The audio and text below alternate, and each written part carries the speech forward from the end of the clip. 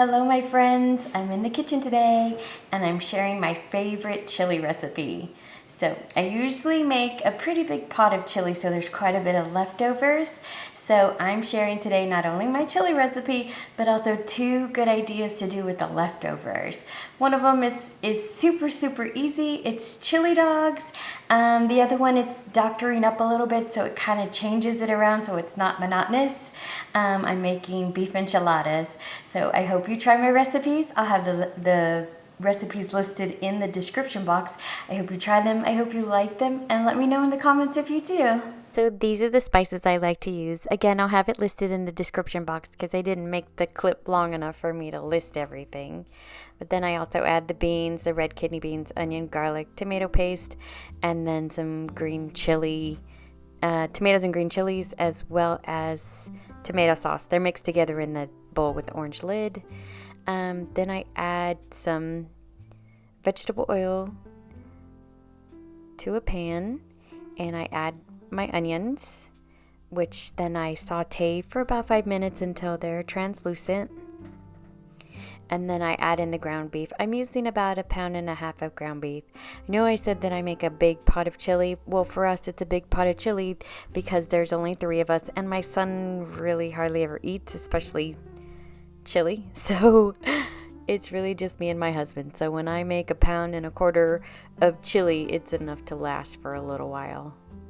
Especially because the beans really stretch it out.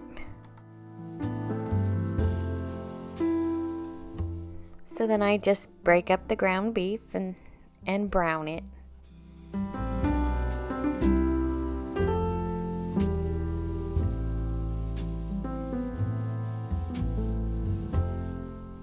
And I cook it for probably about 10 minutes or so until everything's brown. And then I drain off the excess fat.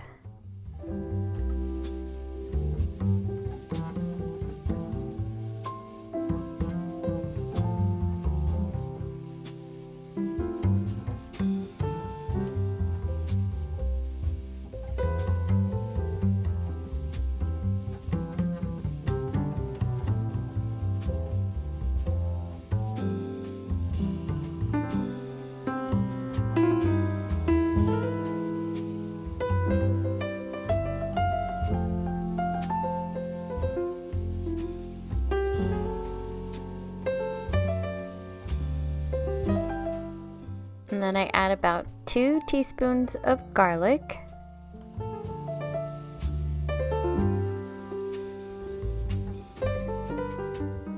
And this is it's mixed together, tomato sauce with rotel, the tomatoes and green chilies.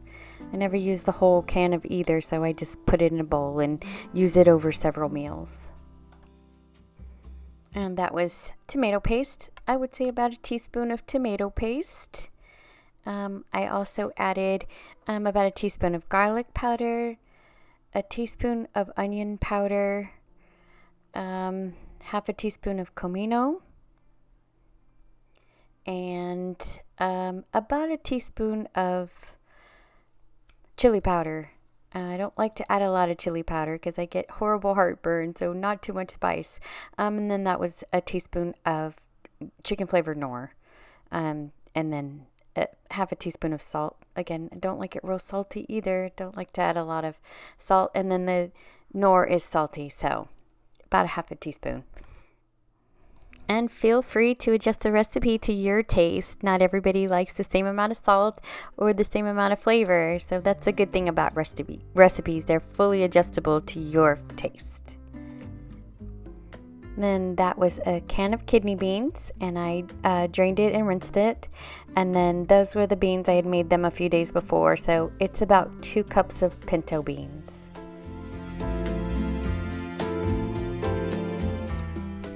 And I've noticed in some of the recipes that they say to add 1 teaspoon or 2 of sugar.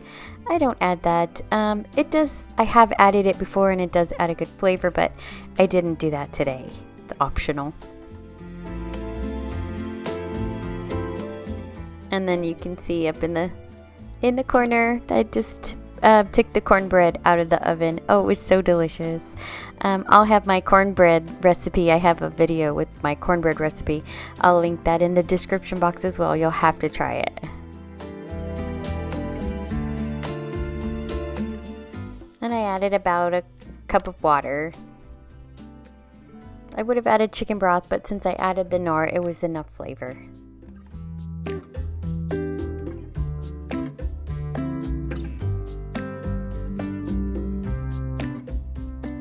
And then I bring it to a boil and put it on low and let it simmer for about an hour so that all the flavors can mix together.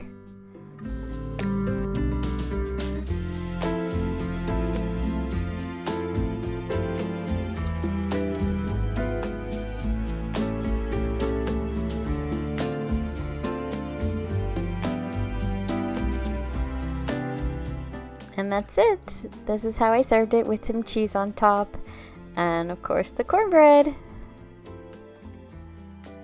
And the second meal was chili dogs. So I had set aside some of the chili, not very much because I was only making 6 chili dogs for us. But I measured out the foil wrong. I usually warm them up in the regular oven so I can pile them 2 buns high, but I was using my air fryer today, and there's not very much room vertically, so I had to put them in a single layer. But I just put them in the air fryer. Oh, these are my favorite hot dogs, the Nathan's. Took a while to focus. Ooh, and they're dripping. I didn't even notice that. So I just put them in the air fryer. Some people boil their hot dogs. I always did before, but I like the way they taste roasted better. I think it keeps more flavor. And I warmed them up for a few minutes. It says on there that I did it for 14 minutes, but I didn't. It was probably maybe 8 to 10. We were making these on Halloween, so we don't get trick-or-treaters because we live out in the country, but it's still fun to have hot dogs on Halloween. It's quick and easy. And my little niece came over. She looked so cute. She was dressed up as Frankenstein. I should have taken some pictures.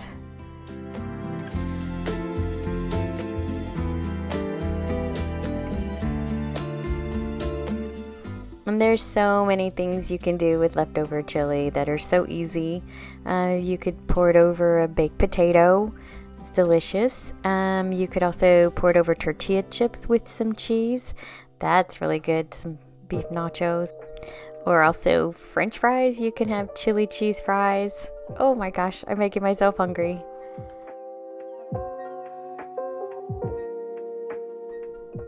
And this is how I served them, with some potato chips. It was so good.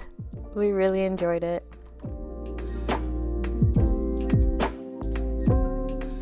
And next up is beef enchiladas. So I'm starting out by heating some vegetable oil in a pan. I'm gonna fry the tortillas. I use corn tortillas. And I'm also warming up the chili. This is the chili I'd set aside for the enchiladas. And I do doctor up the chili a little bit, add a little bit more spices. I put about a teaspoon of chili powder, some onion powder, some garlic powder, a little more comino. I like to have the enchiladas with a little more flavor than I did the chili.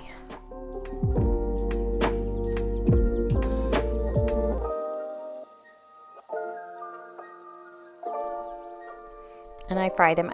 Some people use flour tortillas. I like the way it tastes better with the corn, but they're stiff, so frying them up just a little bit helps soften them and makes them easier to roll.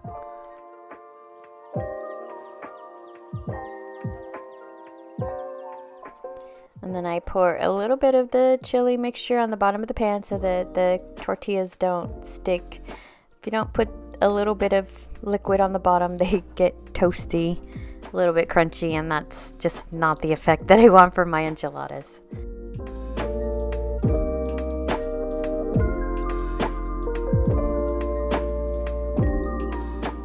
So I put a little bit of the chili, a little bit of cheese, and roll them up.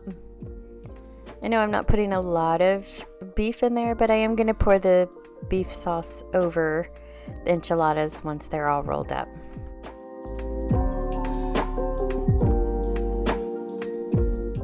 And here they are rolled up, and I pour the beef over it, and then I smother it in cheese.